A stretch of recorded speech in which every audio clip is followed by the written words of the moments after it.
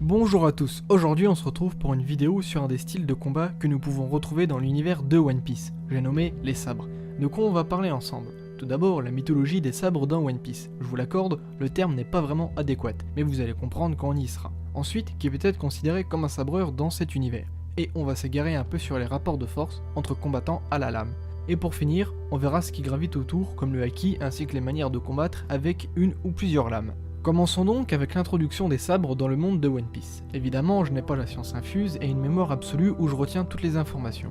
Pour cette partie, je vais donc m'appuyer sur le wiki de One Piece. Il existe deux grandes sections pour désigner un sabre. En premier lieu, les Meito, sabres célèbres et de très bonne voire excellente qualité, et les sabres non compris dans les Meito, des sabres un peu plus faibles niveau qualité et banals, qui n'ont même pas de nom. Les Meito sont divisés en trois catégories, les 50 lames de qualité supérieure, Ryo Wasamono, les 21 grands sabres O Wasamono, les 12 sabres de premier rang Saijo O Wasamono. Outre ces sabres, on peut citer des formes originales, comme le Kiribashi d'Arlong ou le Kirisame d'Odie Jones. Certains soldats de la marine comme Kizaru ou des pirates comme Dazbone ou Baby Five, et encore Aokiji peuvent aussi créer des épées ou des sabres à partir des pouvoirs de leur fruit du démon. Pour la culture G, je vais prendre le temps de vous apporter la différence au sein des sabres. Car moi aussi, avant de m'intéresser à ceci, j'étais parti sur le fait de il y a les katanas, des épées et des bouts de fer grands, larges ou longs. Vous connaissez tous les katanas, qui est un type d'épée japonaise. Il n'y a qu'un côté qui est tranchant, la lame légèrement courbée qui a été utilisée par de nombreux samouraïs. L'un des sabres de Zoro, le Wado Shimonji, est un katana. La longueur d'un katana est comprise entre 60 et 73 cm. Les officiers haut gradés de la marine, principalement les vice-amiraux, utilisent un katana ou une épée qui ressemble grandement au katana. Le Go-Katana. C'est une très petite version d'un katana. Il ressemble plus à un petit couteau et est généralement utilisé en renfort lorsqu'un samouraï se bat. Il porte une épée et aussi une sorte de couteau, le Go-Gatana. Un Go-Gatana devrait logiquement être de la taille d'une main d'une personne moyenne, soit environ un petit poignard. Le cure-dent du Mihawk contre Zoro en est un. Le poignard sur Wano donné à Zoro pour ce seppuku devrait en être un aussi. Le Daito est une catégorie de lame qui entre dans la même catégorie que les deux autres sortes de sabres. Pour être considéré comme un Daito, l'épée doit avoir une lame plus longue que 2 shaku, environ 24 pouces ou 60 cm, dans une ligne droite. Dans le cas de Zoro, les 3 épées qu'il utilise pour son Santoryu sont tous confirmés comme étant des Daito. Les Nodashi est une grande épée maniée à deux mains. Comparé au katana, le Nodashi est plus difficile à tenir vu son poids et sa taille. La taille du Nodashi varie entre 30 et 33 cm. Ses capacités de couper surpassent probablement celles d'un katana. Vu sa taille et son poids, un Nodashi peut atteindre 1,50 m. Law se bat avec un de ses sabres, combinant son utilisation avec son fruit du démon.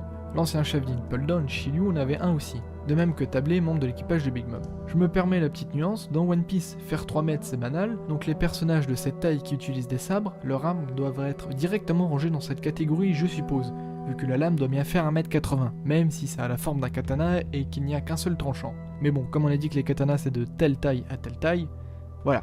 Voici quelques exemples de sabres connus dans chaque catégorie. Kokuto Yoru pour Mihawk, Muragomogiri anciennement de Barbe Blanche et le Shodai Kitetsu pour les Saijo Owasamono. D'ailleurs, à ce stade de l'histoire, nous ne connaissons que 3 lames sur 12 de cette catégorie suprême. Peut-on espérer les découvrir? Perso, je ne pense pas, on est trop avancé dans l'œuvre et ce n'est pas vraiment la priorité scénaristique. Wado Shimonji, Zoro, Nidai Kitetsu Tenguyama Itetsu, Shusui, propriété du pays des Wa anciennement de Zoro et Ryuma, Enma, Zoro, Amenoa Bakili, Momonosuke, voilà les Owasamono connus. Même discours que pour les Saijo machin, va-t-on tous les découvrir. Yama Orochi Tashigi, Shigure Tashigi, Sandai Kitetsu Zoro, Yubarashi détruit anciennement Zoro, Kashu Tashigi pour les Ryo Wasamono. Il existe aussi des sabres portant des noms mais ne sont pas officiellement présentés dans une catégorie de Meito. Par exemple, Kikoku pour l'eau, Durandal Cavendish, et si je ne dis pas de bêtises, l'épée de Shanks s'appelle Griffon. Maintenant, est-ce que tous les sabres portant un nom sont obligatoirement dans une des catégories, ou alors Oda le fait juste pour combler les SBS ou databook? Personnellement, s'il y a un nom pour le sabre, je pense qu'elle doit être un Meito.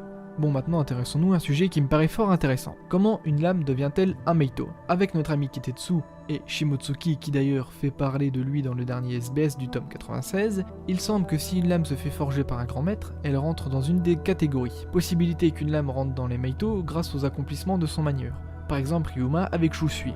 D'ailleurs on y reviendra sur Shusui plus tard. Autre possibilité avec l'arme de Barbe Blanche, cela semble logique que l'arme de l'homme le plus fort du monde soit dans la meilleure catégorie de lame. Cela marche-t-il avec l'épée de Shanks et Napoléon de Big Mom?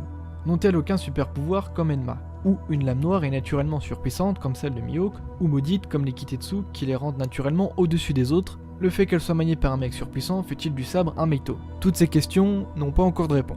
Même si, par exemple, on se doute que pour certaines catégories, que ce soit une lame noire, qu'elle ait un super pouvoir ou qu'elle soit maudite, ça les rend naturellement plus forts que les épées banales. Le sabreur fait-il la lame? Si on suit cette logique, les sabres de Riley, Shanks, Fujitora, Roger et autres compléteront la liste des Saijo Owazamono. Dernier élément déjà évoqué, le super pouvoir de la lame. Enma draine ton haki pour le projeter, les Kitetsu sont maudits, un sabre qui a une caractéristique qui augmente sa puissance rentre naturellement dans les Meito. Bon, maintenant quelque chose qui me taraude dans l'esprit. Qui peut être considéré comme un sabreur dans le monde de One Piece? Pour moi, un sabreur est quelqu'un qui se bat et se repose uniquement sur une ou des lames. Donc, Barbe Blanche, Big Mom ne sont pas des sabreurs pour moi.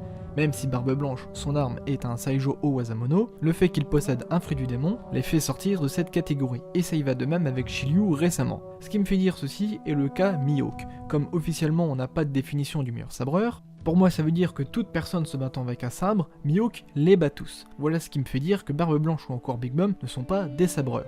Après, il est possible que par ce titre on désigne le maniement de la lame, la faculté de mélanger son haki avec ton sabre, les techniques qu'on emploie avec, etc. Et non, malheureusement, je n'ai pas de réponse à l'éternel débat entre Shanks et Mihawk. Si je suis ma logique de qui est un sabreur, Shanks rentre dedans, comme Roger à l'époque, mais il est mort, mais je pense que Roger à pleine puissance tape Mihawk à pleine puissance, donc sur le papier Mihawk plus fort que Shanks, si je suis toujours ma logique, mais dans le concret je vois Shanks quand même plus fort. Pas de loin, mais il doit être celui qui reste debout à la fin. Voilà. J'ai pas du tout fait avancer le débat. Donc pour moi les sabreurs, ils n'ont pas de fruit du démon, parce que je vois pas Mihawk battre Big Mom par exemple.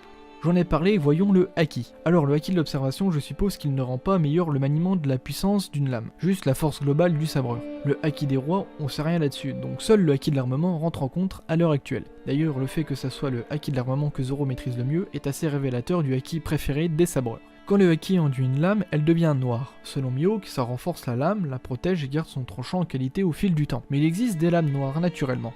Shusui de Ryuma et le Koto yo... Le sabre de Mihawk, et prochainement Enma avec Zoro. Bon, c'est quoi le plus d'une lame noire? À l'heure où j'écris cette vidéo, si je n'ai pas loupé d'informations, on n'a pas d'explication formelle là-dessus. Pour moi, une lame noire, c'est comme l'éveil chez les fruits du démon. Le sabreur a réussi à insuffler son haki de l'armement indéfiniment dans sa lame. Ce qui voudrait dire que naturellement, elle se retrouve aussi résistante, forte que si elle était enduite de haki. Instant théorie, Zoro, malgré qu'il possédait Shusui à l'époque, il l'a enduit de haki contre Pika. Pourquoi faire? Alors il y a aussi une autre hypothèse, j'y reviendrai dessus après. Disons que Shusui à l'époque où elle était encore une lame blanche, on va dire ça comme ça, elle avait sur 20 la note de 10. En recouverte de haki pendant le combat, elle a 12 sur 20. Une fois en lame noire, elle garde son 12 sur 20 indéfiniment. Mais de nouveau recouverte de haki, elle reprend encore son boost habituel et désormais à une note de 14 sur 20. Bon, je suis désolé mais c'est la meilleure illustration que j'ai trouvée.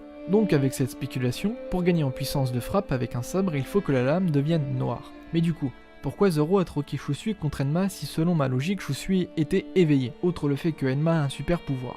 Eh bien comme Zoro n'a pas éveillé Shusui, ce n'est pas son haki qui est insufflé dans la lame, mais bien celui de Ryuma. C'est pourquoi Zoro a réussi à découper Monet mais sans la tuer, car il y avait du haki dans Shusui, mais comme il n'a pas dompté ou maîtrisé le haki de Ryuma, résultat Monet n'est pas mort. Ceci explique pourquoi Zoro a décidé de se séparer de Shusui contre Enma. Malgré le power-up avec la capacité de Enma, c'était sûrement plus simple pour lui de devenir plus fort, en rendant Enma noire que de maîtriser Shusui. Bon, si j'ai raison, ça m'aide à accepter le troc de Zoro avec Iori, mais c'est pas pour autant que je trouve ça bien. Bon, maintenant la manière de combattre avec une lame. Les petits randoms, ils savent juste charger et se taper au corps à corps avec. Mais les personnages un minimum forts, avec de la maîtrise, sont capables de certaines choses. Brook et Kinemon peuvent utiliser les éléments de la glace et du feu. Vista lui manie les pétales avec sa lame. Bon, ok, dit comme ça c'est pas très stylé, mais bon, voilà. D'autres comme Barbe Blanche utilisent leur fruit du démon et le combinent avec, ou encore Fujitora qui s'en sert de catalyseur à son pouvoir.